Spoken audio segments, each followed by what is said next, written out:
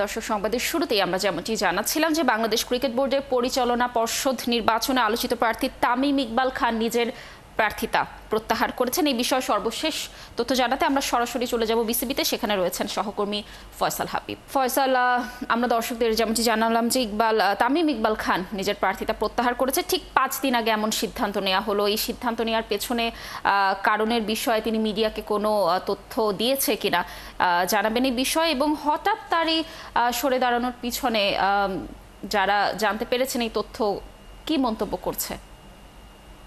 লাবণী, তামিম ইকবাল যে মনোনয়ন প্রত্যাহার করবেন এটা আসলে গতকাল রাত থেকেই শোনা যাচ্ছিল, এবং এই সিদ্ধান্তটার পেছনে একটা বড় কারণ হলো হাইকোর্ট রিট করে বিসিবি নির্বাচনে 15টা দুদকের তদন্তাধীন 15টা ক্লাবকে আসলে নিষিদ্ধ করেছে। এবং এই নিষিদ্ধাদেশটা আসার পর থেকেই গুঞ্জন শোনা যাচ্ছিল শুধু তামিম ইকবাল একা না, তামিম ইকবালের যে একটা কোরাম ছিল বা বিএনপি সমর্থিত যে পুরো প্যানেলটা ছিল তাদের অনেকেই আহ মনোনয়নপত্র তুলে নেবেন বলে শোনা যাচ্ছিল। এবং আজকে আমরা তেমনটাই দেখতে পেরেছি। শুধু তামিম ইকবাল নন, তামিম ইকবালের সাথে রফিকুল ইসলাম বাবু, মাসুদুজ্জামান, ইব্রাহিম আহমেদ, মীর হেলাল, সৈয়দ বুরহান হোসেন পাপ্পু সহ আরো অনেকেই কিন্তু মনোনয়ন ফর্মটা তুলে নিয়েছেন, মনোনয়ন প্রত্যাহার করেছেন। তামিম এখনো কোনো কথা বলেননি, কিন্তু মনোনয়ন পত্র তুলে নেওয়াদের মধ্যে একজন ইসরাফিল খসরু তিনি কথা বলেছেন।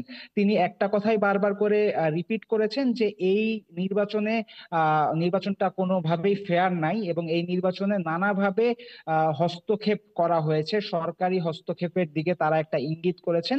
এবং জানানো হয়েছে ভবিষ্যতে আর মানে কিছুক্ষণের মধ্যেই বা আজকালের মধ্যেই আরো একটা বড় প্রেস কনফারেন্স করে তারা জানাবেন।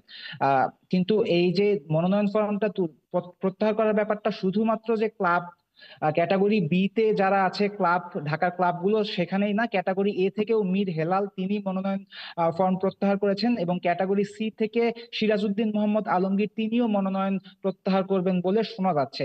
সো বেসিক্যালি শুধু তামিম না, তামিম সমর্থিত পুরো প্যানেলের সবাই মনোনয়ন ফর্ম প্রত্যাহার করছেন বা করবেন বলেই এখনো পর্যন্ত জানা যাচ্ছে। এবং এর পেছনে মূল কারণ যেটা বোঝা যাচ্ছে বা শোনা যাচ্ছে সেটা হলো হাইকোর্টের যে একটা রিট 15টা ক্লাবকে নিষিদ্ধ করা হয়েছে, সেই 15টা ক্লাব নিষিদ্ধের প্রতিবাদ স্বরূপই হয়তোবা তারা এই ধরনের একটা পদক্ষেপ নিয়েছেন।